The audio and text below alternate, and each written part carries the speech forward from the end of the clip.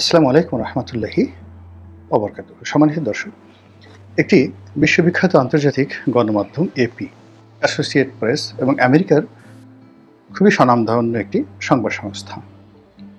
তো সেই সংবাদ সংস্থায় নাতি দীর্ঘ একটি সাক্ষাৎকার দিয়েছেন জনাব সজীব ওয়াজেদ জয়, এবং সেই সাক্ষাৎকারটির উপর ভিত্তি করে ভারত, আমেরিকা, ইংল্যান্ড, তারপর কানাডা এবং অন্যান্য যে সকল দেশের সঙ্গে বাংলাদেশের রাজনীতি জড়িত, ওতপ্রোতভাবে জড়িত, তারা অত্যন্ত গুরুত্বের সঙ্গে তার সেই সাক্ষাৎকারটি নিয়ে খুবই ইতিবাচক বিচার করেছে, বিশ্লেষণ করেছে এবং নানা রকম তাদের যে মন্তব্য, সেই মন্তব্য তারা প্রকাশ করেছে। অ্যাসোসিয়েট প্রেসের সঙ্গে একটি এক্সক্লুসিভ সাক্ষাৎকার দেওয়ার মতো বিরল সৌভাগ্য আমাদের এই রাজনৈতিক অঙ্গনে কয়জনের হয়েছে এটা আমি বলতে পারবো না।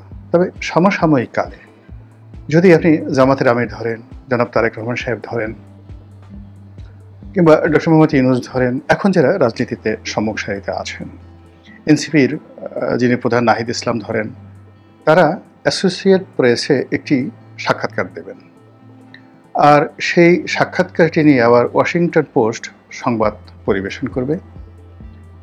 তারপরে ব্রিটেনের দ্য গার্ডিয়ান তারা সংবাদ পরিবেশন করবে।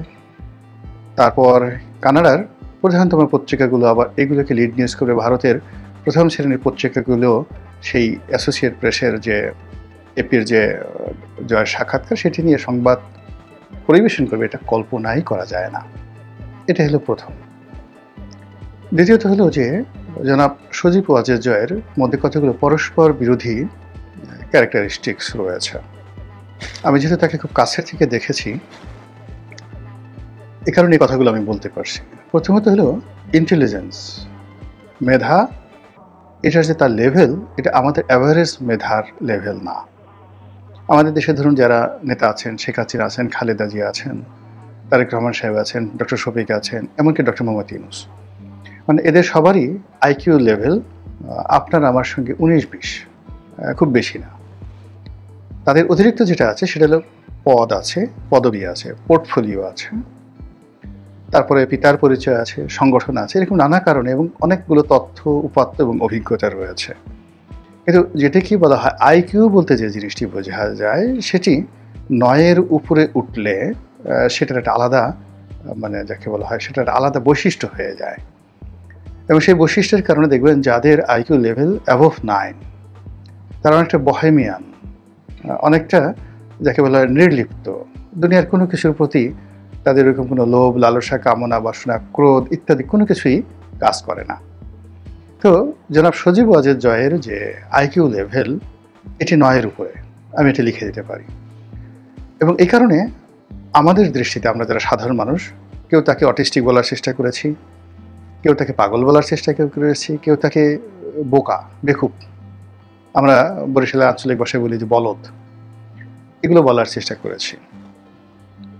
কিন্তু আপনি যদি তার ড্রেস কোড দেখেন, অর্থাৎ যখন তিনি সুটেড বুটেড থাকেন, ভালো পোশাক আশাক পরেন, তখন আপনি দেখবেন যে এক্সট্রিম লেভেলে it looks like Barack Obama, it looks like যাকে বলা হয় Bill Clinton, John F Kennedy অথবা রোনাল্ড রিগান। আপনি জয়ের সবচেয়ে ভালো পোশাকগুলো পরে, হেয়ার স্টাইল করে তিনি যখন যে ছবিগুলো দিয়েছেন, ওই জিনিসগুলো আপনি দেখেন। আর আবার যখন তার বহেমিয়ান যে অবস্থা, একটা গেঞ্জি পরেন, হাতে কতগুলো যাকে বলা হয় ওই ট্যাটু আঁকা, তারপর সেই এলোমেলো চুল, কুকুর নিয়ে বসে আছেন, হাফ প্যান্ট পরা, এগুলো দেখলে আপনার কাছে মনে হবে যে নগর বাউল জেমসের মতোই তার একটা বহেমিয়ান জীবন। এটা হলো আমার দৃষ্টিতে। তিনি যখন ইংরেজি বলেন, তিনি এবং পুতুল তার দুজনই তাদের ইংরেজির মান, প্রোনাউন্সিয়েশন এবং একই সঙ্গে উপস্থাপন এবং উপস্থাপনের যে ঢং, এটা আমাদের এই সাবকন্টিনেন্টে বিলাল ভুট্টোর সঙ্গে শুধু তুলনা করা যেতে পারে। এমনকি ওই যে রাহুল গান্ধীও জয়ের মতো এত সুন্দর ইংরেজি বলতে পারেন না। বিলাল ভুট্টো, তারপরে হিনা রাব্বানি খার, পাকিস্তানের যে পররাষ্ট্রমন্ত্রী, এই দুজনের ইংরেজি খুবই ভালো মানের ইংরেজি। ঠিক এই ইংরেজির লেভেল জয় এবং পুতুলের রয়েছে।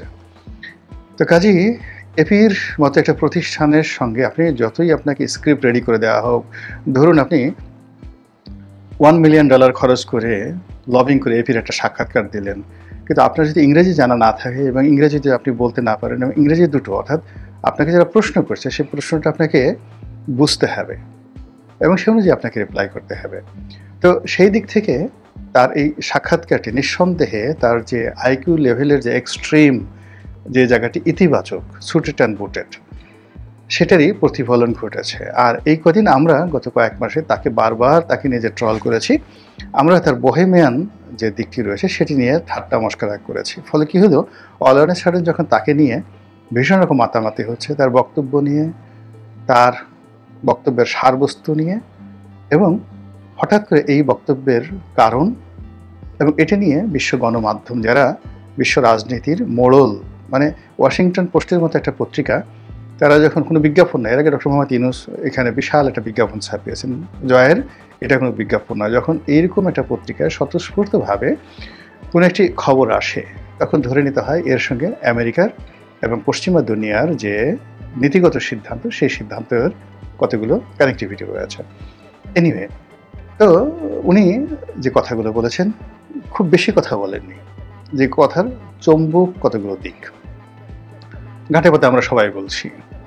সেটা হলো যে আওয়ামী লীগকে ছাড়া অর্থবহ একটি নির্বাচন হবে না, অংশগ্রহণমূলক একটি নির্বাচন হবে না, ইনক্লুসিভ একটি নির্বাচন হবে না, এবং এটিকে একটা ফ্রুটফুল ইলেকশন বলা যাবে না। সঙ্গতির কারণে প্রশ্ন আসতে পারে যে বিএনপিকে ছাড়া যে 3টি নির্বাচন হয়েছিল, সে ব্যাপারে উনি কিছু বলেননি কেন? মূল বক্তব্য হলো সেটা তিনি কেন বলবেন? আর এটা বলারই বা দরকার কি? বিএনপিকে ছাড়া যে ইনক্লুসিভ নির্বাচন হয়নি, এটা তো আওয়ামী লীগ যে হাড়ে হাড়ে টের পেয়েছে এবং তার যে পতন, সেই পতনের মধ্যে এটা সিল মারা হয়ে গেছে। সেটা ওয়াজেদ সাহেব, সজীব ওয়াজেদ, জয় সাহেব বলুন আর না বলুন, ওটা বাস্তব। এবং সেটা থেকেই আওয়ামী লীগ যেভাবে শিক্ষা নিচ্ছে এবং যে কথাগুলো বলছে, এই কথার প্রেক্ষিতে আওয়ামী লীগকে ছাড়া যে একটা ভালো নির্বাচন সম্ভব নয়, এটা আমরা বলার চেষ্টা করছি। তাহলে আওয়ামী লীগ আর বর্তমান সরকার, আওয়ামী লীগ আর বিএনপি একই হয়ে গেল। বা বিএনপি যেভাবে 15 ফেব্রুয়ারি একটা নির্বাচন করেছিল, তো আওয়ামী লীগ 3টি নির্বাচন করে সেটার প্রতিশোধ নিয়েছিল, তোরা একবার করলি, আমরা 3বার করে দিলাম। তো এটা ছক্কা পকা কাটাকাটি এরকমভাবে আমরা বাঙালিপনা করতে পারি, কিন্তু সামনে এগোনো যাবে না। জনাব জয় যে কথাগুলো বলেছেন, সেই কথাটা হলো একটা নতুন দিগন্ত উন্মোচন করেছেন আলোচনার জন্য। সেখানে তিনি স্পষ্টতই যেটি বলার চেষ্টা করেছেন যে তার মায়ের যে সরকার ছিল, শেখ হাসিনার সরকার ছিল, সেই শেখ হাসিনা সরকার যে ব্রুটালিটি দেখিয়েছে, এটা অন্যায়, এটি ভুল। এখন এখানে আপনি অন্যায়, ভুল, ইংরেজি শব্দের অনেকগুলো অর্থ আপনি করতে পারেন এবং সেটার বিচার হবে, বিচার হওয়া উচিত, এ ব্যাপারে কোনো দ্বিমত নেই। আরও একটি কথা তিনি বলেছেন যে আওয়ামী লীগকে ছাড়া ইনক্লুসিভ নির্বাচন হবে না, কিন্তু তাকে একটা ব্রিদিং স্পেস দিতে হবে। একেবারে নির্বাচন তফসিল ঘোষণা করা হলো, অলনে ছাড়েন আওয়ামী লীগের সুযোগ করে দেওয়া হলো, সেক্ষেত্রে আওয়ামী লীগের নির্বাচনে অংশগ্রহণ করবে না, আর অংশগ্রহণ করা তাদের পক্ষে সম্ভব না। এর কারণ হলো একটা নির্বাচনে জয়লাভ করার জন্য, প্রতিযোগিতা করার জন্য, দলকে গোছানোর জন্য যে ব্রিদিং স্পেস দরকার, এটা আওয়ামী লীগ পাচ্ছে না। ভালো কথা। তো এই যে কথা এই সময়টাতে আসলো কেন? যখন নির্বাচনের তফসিল ঘোষণার করার সময় মোটামুটি নির্ধারিত হয়ে আছে যে ডিসেম্বর মাসের প্রথমার্ধে, অর্থাৎ 15ই ডিসেম্বরের মধ্যে এখানে যাকে বলা হয় নির্বাচনের তফসিল ঘোষণা করা হবে। নির্বাচনের সেই তফসিল ঘোষণার 1 মাস আগে নভেম্বর মাসের 15 তারিখে জনাব তারেক রহমান দেশে আসবেন। তার নেতা নেত্রীরা রীতিমতো লঙ্কাকাণ্ড শুরু করে দিয়েছে, দৌড়দৌড়ি, ঝাড় ফুঁক, গাড়ি বাড়ি, বুলেট প্রুফ গাড়ি, কারো কত কি, তিনি নেতা আসবেন, তাকে বরণ করে নেওয়া হবে এবং সারা বাংলাদেশ 1 মাস শুধুমাত্র তারেক জিয়ার আগমন উপলক্ষে যেন যাকে বলা হয় জাঁকজমকপূর্ণ থাকে, উৎসাহে উদ্দীপনা উদ্বেলিত থাকে। তিনি যেখানে যাবেন শুধু বিএনপি, তারেক রহমান সাহেব ছাড়া অন্য কোনো কথা থাকবে না। আর সেই যে ভাইব, সেই ভাইবের কাছে শফিকুর রহমান সাহেব জামাতের আমির কিংবা জামাতের যে ভাইব, এটি মুহূর্তের মধ্যে মারা যাবে। অর্থাৎ গত 14 মাসে জামাত এনসিপি যে ভাইব তৈরি করেছে, ডক্টর মোহাম্মদ ইউনূস যে ভাইব তৈরি করেছে, তারেক রহমান সাহেব আসার সঙ্গে সঙ্গে সেটি ধামা চাপা পড়বে, মাটি চাপা পড়বে। এরকম একটা প্ল্যান নিয়ে যখন রাজনৈতিক অঙ্গন প্রস্তুত, তখন হঠাৎ করে কেন জয়ের এই শব্দ আসলো? আর জয়ের সাক্ষাৎকারটি কেন এই সময়ে আসতে হলো এবং এটা নিয়ে কেন আন্তর্জাতিক গণমাধ্যম এতটা মাতামাতি শুরু করলো? এখানে একটা জিনিস বুঝতে হবে যে আমেরিকা বা পশ্চিমা দুনিয়া অতীতের যে কোনো সময়ের চাইতে তারা ম্যাচিউরড। 60-এর দশকে, 70-এর দশকে, 80-এর দশকে তারা কমিউনিজম বিরোধী, অর্থাৎ যতদিন পর্যন্ত যাকে বলা হয় সোভিয়েত ইউনিয়ন ছিল, তাদের পুরো ফোকাসটা ছিল কমিউনিজম বিরোধী এবং এই জন্য তারা মানে আমরা গোখরা সাপ দেখলে যেভাবে ভয় পাই, কমিউনিজম দেখলে তারা ওইভাবে ভয় পেত এবং ওখানে তাদের বিবেক বুদ্ধি খাটাতো না। কেউ কেজিবির কথা বলে, রাশিয়ার কথা বলে, চীনের কথা বলে, ভিয়েতনাম, কিউবার কথা বললে, চে গুয়েভারের কথা বলে, আমেরিকার অর্থ ভাণ্ডার এবং অস্ত্র ভাণ্ডার উজাড় করে দিয়ে তারা সেখানে সব কিছু করতো। তার প্রমাণ ভিয়েতনামের যুদ্ধ। আচ্ছা, এরপরে তাদের যেটি হলো সোভিয়েত ইউনিয়নের পতনের পরে তারা প্রতিদ্বন্দ্বীহীন হয়ে পড়লো এবং তারা ছোট ছোট যুদ্ধ, যাদের যেটা দরকার ছিল না, নিজেরা সেই তাদের যারা মিত্র তাদের সাথে যুদ্ধ করা শুরু করে দিল। ওখানে তারা গাদ্দাফি, ওখানে সাদ্দাম হোসেন থেকে শুরু করে আর অনেক জায়গাতে সারা বিশ্বে তারা অশান্তির সৃষ্টি করা শুরু করে দিল। এর মধ্যে পুতিনের অভ্যুদয় হলো, চীনের অভ্যুদয় হলো, এখন ভারতও পরাশক্তি। আর এই যে পরাশক্তির যে উদ্ভব, সেই উদ্ভবের মধ্যেই আমেরিকা খুব ভালোভাবে বুঝতে পেরেছে যে এখন তারা 60, 70, 80-র দশকে যে কাজগুলো করেছেন কিংবা যখন তারা একক মানে ক্ষমতা লাভ করেছেন তখন তারা যে কাজগুলো করেছেন, কিংবা যেভাবে ওসামা বিন লাদেন তৈরি করেছেন, তাকে ধ্বংস করেছেন, তালেবান তৈরি করেছেন, তাদেরকে ধ্বংস করেছেন, তারপরে আফগান মুজাহিদিন তৈরি করেছেন, তাদেরকে ধ্বংস করেছেন। তো এই যে তৈরি করে এবং ধ্বংসের যে খেলা, এই খেলাটি এখন আর চলছে না।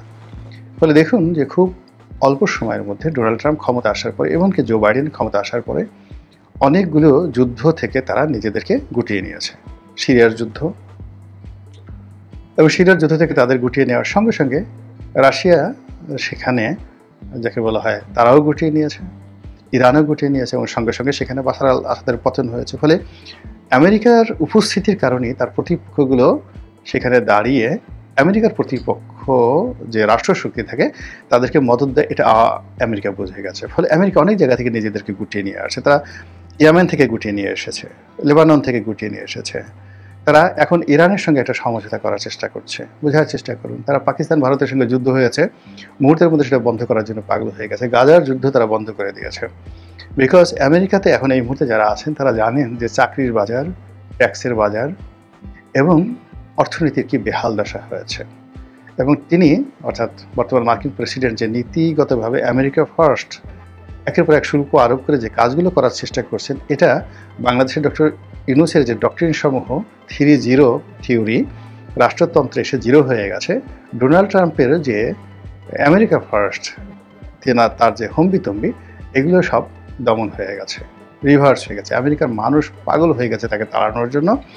আর এই জন্য তিনি এখন নরেন্দ্র মোদীর সাথে বন্ধুত্ব করার জন্য নানা ছল করছেন। তার সাথে বলে যে আমার টেলিফোনে কথা হয়েছে, মিথ্যা কথা। নরেন্দ্র মোদী বলছেন যে না, আমার সঙ্গে কোনো কথা হয়নি।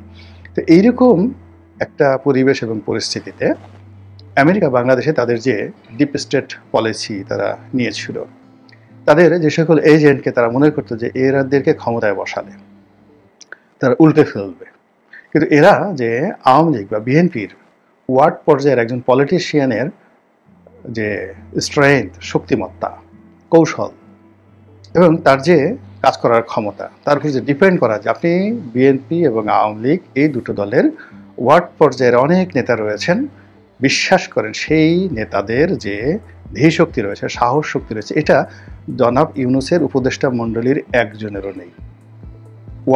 ওয়ার্ড পর্যায়ে, ইউনিয়নের ওয়ার্ড পর্যায়ে যারা মেম্বার পদের, দিস ইজ পলিটিক্যাল ম্যাচুরিটি। আপনি যদি আওয়ামী লীগের যাকে বলা হয় বা বিএনপির চেয়ারম্যান হিসেবে দায়িত্ব পালন করেছেন কয়েকটা জেলাতে, যেমন ধরুন ময়মনসিংহ, গফরগাঁও, আমাদের পটুয়াখালীর গলাচিপা আমার নির্বাচনী এলাকাতে, ফেনী এই এলাকার চেয়ারম্যান অথবা উপজেলা চেয়ারম্যান 10 বছর বা 5 বছর দায়িত্ব পালন করেছেন, এমপির কথা বাদ দিলাম। এদেরকে এনে আপনি যদি একসাথে 24 ঘন্টা গ্রুমিং করেন এই উপদেষ্টা মণ্ডলীদের মধ্যে সবাইকে, এই গাবতলী হাটে কয়েকবার বিক্রি করবেন, আবার কয়েকবার কিনে নেবেন। This is politics. তো এদের দ্বারা যে কিছু একটা হবে না, এটা আমেরিকা বুঝে গেছে। যদি 70-এর দশক হতো, 60-এর দশক হতো, এটা বুঝতে আমেরিকা 10 বছর লাগতো, 15 বছর লাগতো। আর বোঝার পরেও তারা কিন্তু গোয়ার্তুমি করতো। কিন্তু এখন তারা 24 ঘন্টার সময় নিচ্ছে না। যেভাবে ভারত পাকিস্তান যুদ্ধ বন্ধ করছে, যেভাবে মোদির সাথে সম্পর্ক করতে চাচ্ছে, আবার অনেকের সাথে তাদের যারা বন্ধুত্ব ছিল সেই বন্ধুত্ব তারা যেভাবে কাট আপ করে ফেলেছে, ঘ্যাট কাট আপ করে ফেলেছে। তো তারই প্রেক্ষিতে সজীব ওয়াজেদ জয় কিংবা শেখ হাসিনা কিংবা আওয়ামী লীগ তাদের সঙ্গে কোনো সংযোগ স্থাপন হলো, এটি নিয়ে কিন্তু সরকারের মধ্যে এখনও যারা রয়েছেন সরকারের মাস্টার মাইন্ড, এবং এই সরকার সফল হলে যারা লাভবান হবেন, আর এই সরকার ব্যর্থ হলে যাদের পিঠের চামড়া থাকবে না, তারা কিন্তু এই বিষয়গুলো নিয়ে ভাবছেন। আর ভাবার ফলে একেবারে যখন সব কিছু পিন পয়েন্টে চলে এসছে, তখন হঠাৎ করে জনাব সজীব ওয়াজেদ জয়ের এই যে অভ্যুত্থান কিংবা অভ্যুদয় যা কিছু হচ্ছে, এটা সরকারকে সঙ্গত কারণেই বিচলিত করেছে। অস্থিরতা তৈরি হয়ে যায় সরকারের মধ্যে, এবং সরকারের অনেকগুলো বিষয় নিয়ে এখন সরকারকে নতুন করে চিন্তা ভাবনা করতে হচ্ছে। অন্যদিকে বিএনপির যে রাজনৈতিক হিসাব, তারা যেভাবে আওয়ামী লীগকে একেবারে মাইনাস করে দিয়েছিল, আওয়ামী লীগের কোনো চিন্তাই তাদের মধ্যে ছিল না। আওয়ামী লীগের সব কিছু তারা মনে করেছিল এটা আমাদের গনিমতের মাল। এখন আমরা কোন অংশটা নিজেরা রাখবো, আর কোন অংশটা জামাতকে দেবো, কোন অংশটা এনসিপিকে দেবো, এটা বিএনপির যারা মাসলম্যান তাদের মেজাজ মর্জির উপর নির্ভর করছিল। গত 14 মাস ধরে এরকম একটা ভাইব যেখানে তৈরি হয়ে আছে, এবং বাস্তবতা, শুধু ভাইব না, বাস্তবতাও তাই। গিয়ে দেখেন যেখানে যেখানে আওয়ামী লীগের ব্যবসা বাণিজ্য, শিল্প, কলকারখানা রয়েছে, সেটা যেখানে বিএনপি মনে করেছে আমাদের এটার উপর প্রভুত্ব কায়েম করা দরকার, সেখানে বিএনপি করেছে। বিএনপিকে যেটা ফেলে দিয়েছে সেটা হয়তো জামাত গ্রহণ করেছে, জামাত যেটা ফেলে দিয়েছে এনসিপি গ্রহণ করেছে। এইভাবে আসলে ব্যবসা বাণিজ্য, শিল্প, কল কারখানা, রাজনীতি, অর্থনীতি সব কিছু চলছে। তো সেখানে হঠাৎ করে যখন আবার এই জয়ের প্রসঙ্গ আসছে, এবং তাও অ্যাসোসিয়েট প্রেসের মতো একটা সংবাদ মাধ্যম, এবং সেটার আবার কন্টিনিউয়েশন। যেমন ধরুন আমার একটা এই সাক্ষাৎকার আপনি চিন্তা করুন, আমি বললাম, এখন আমার এই ইউটিউব চ্যানেলকে কেন্দ্র করে বাংলাদেশের প্রায় বড় বড় পত্রিকাগুলো, তারপরে টেলিভিশনগুলো, তারা ফটোকার্ড তৈরি করে, খবর তৈরি করে। গোলাম মোল্লা রানী এই কথাগুলো বলেছে। ফলে অন্য ইউটিউবারের সাথে যদি আমাকে অন্য সবাই তুলনা করে, তাহলে দেখা গেল এটা হবে না। আবার ধরুন আমার কোনো একটা বক্তব্য যদি আন্তর্জাতিক গণমাধ্যমে চলে আসতো, তাহলে আমার এগুলো তো আরও বাড়তো না, সঙ্গতি কারণে বাড়তো। আবার ধরুন দেখা গেলো যে আমি সারাদিন ইউটিউবে বক্তব্য দিচ্ছি, এখন আপনারা যারা দর্শক আছেন তার সাথে আরও দর্শক, কিন্তু এই দর্শকগুলো সব গুলিস্তানের, এই দর্শকগুলো সব এমন একটা জায়গার যাদের মতামতের কোনো মূল্য নেই। ফলে কি হলো যে আমি এর সাথে গুরুত্বপূর্ণ কথা বলার পরেও পত্রপত্রিকাগুলো কিন্তু এগুলো গ্রহণ করতো না। তো পত্রপত্রিকা যখন দেশের গণমাধ্যম, মূলধারার গণমাধ্যম যখন তাদের টকশোতে, তাদের অনুষ্ঠানে গোলাম মোল্লা রানীকে অপরিহার্য মনে করছেন, আর আমি এই যে যা কিছু বলছি এগুলোকে নিয়ে আবার কেউ ফটো কাট করছেন, সেগুলোকে নিয়ে আবার কেউ সম্পাদক করছেন, সেগুলোকে নিয়ে প্রতিবেদন করছেন, আবার সেগুলোকে নিয়ে কোটি কোটি ভিউ হয়ে যাচ্ছে বিভিন্ন টেলিভিশন চ্যানেলে। এর একমাত্র শক্তির উদ্দেশ্য হলো, একমাত্র যাকে বলা হয় রিজন, কারণটা হলো এই আমার ইউটিউব চ্যানেল যারা দেখেন তারা এদেশের হর্তাকর্তা, তারা এদেশের শিক্ষিত জন, আওয়ামী লীগ, বিএনপি, জামাতের শীর্ষ পর্যায়ের লোকজন রয়েছে। ফলে এখানে পাঠক বা দর্শক, ধরুন পরিমণের দর্শক বা হিরো আলমের দর্শকের যদি 10 ভাগের 1 ভাগও হয়, কিন্তু এটার ওয়েটটা অনেক অনেক বেশি। তো সেই দিক থেকে ধরুন বাংলাদেশের একটা মিডিয়াতে একটা খবর আসলো, সেটা বাংলাদেশ প্রতিদিন হোক, কালের কণ্ঠ হোক, কিংবা প্রথম আলো হোক, ডাজ নট ম্যাটার, কিন্তু যখন একটা খবর চলে আসে সেই এপির মতো পত্রিকাতে, বাংলাদেশে হয়তো 2 জনও পড়ে না, 5 জনও পড়ে না। যখন ওয়াশিংটন পোস্টে আসে, আমরা হয়তো ওয়াশিংটন পোস্টের কোনো প্রিন্টেড ভার্সন কেউ দেখিনি, আমিও তো দেখিনি এখন পর্যন্ত। কিন্তু মূল ব্যাপারটা হলো যে বিশ্বের যেই জায়গাগুলো থেকে রাজনীতির চাবিকাঠি ঘোরানো হয়, যেখান থেকে সিদ্ধান্ত নিতে হয়, ঠিক সেই জায়গাটাতে ওই পত্রিকাগুলো নক করে এবং তাদের রিপ্রেজেন্ট করে। আপনি চিন্তা করেন দ্য ইকোনমিস্ট, সেটার একটা প্রতিবেদন, টাইম ম্যাগাজিনের একটা প্রতিবেদন, দ্য হিন্দু, ভারতের হিন্দু পত্রিকার একটা প্রতিবেদন, পাকিস্তানের ডন পত্রিকার একটা প্রতিবেদন, চীনের সিনহুয়ার একটা প্রতিবেদন, কিংবা জার্মানির শাইটুংয়ের একটা প্রতিবেদন, এর অনেক গুরুত্ব। বা ফ্রান্সের লা মন্ডে পত্রিকার একটা প্রতিবেদন, এটার ভীষণ রকম গুরুত্ব, যেটা আমরা বাংলাদেশে কল্পনা করতে পারিনি। এবং সেই কাজটি জনাব সজীব ওয়াজেদ জয়ের জন্য ঘটেছে, তার পক্ষে ঘটেছে, বিপক্ষে ঘটেছে, হোয়াট এভার মেবি, এই জন্যই এটা নিয়ে আমরা এত আলোচনা করছি। মহান আল্লাহ আমাদের সবাইকে হেদায়েত দান করুন এবং হেফাজত করুন। আসসালামু আলাইকুম ওয়া রাহমাতুল্লাহি ওয়া বারাকাতুহু।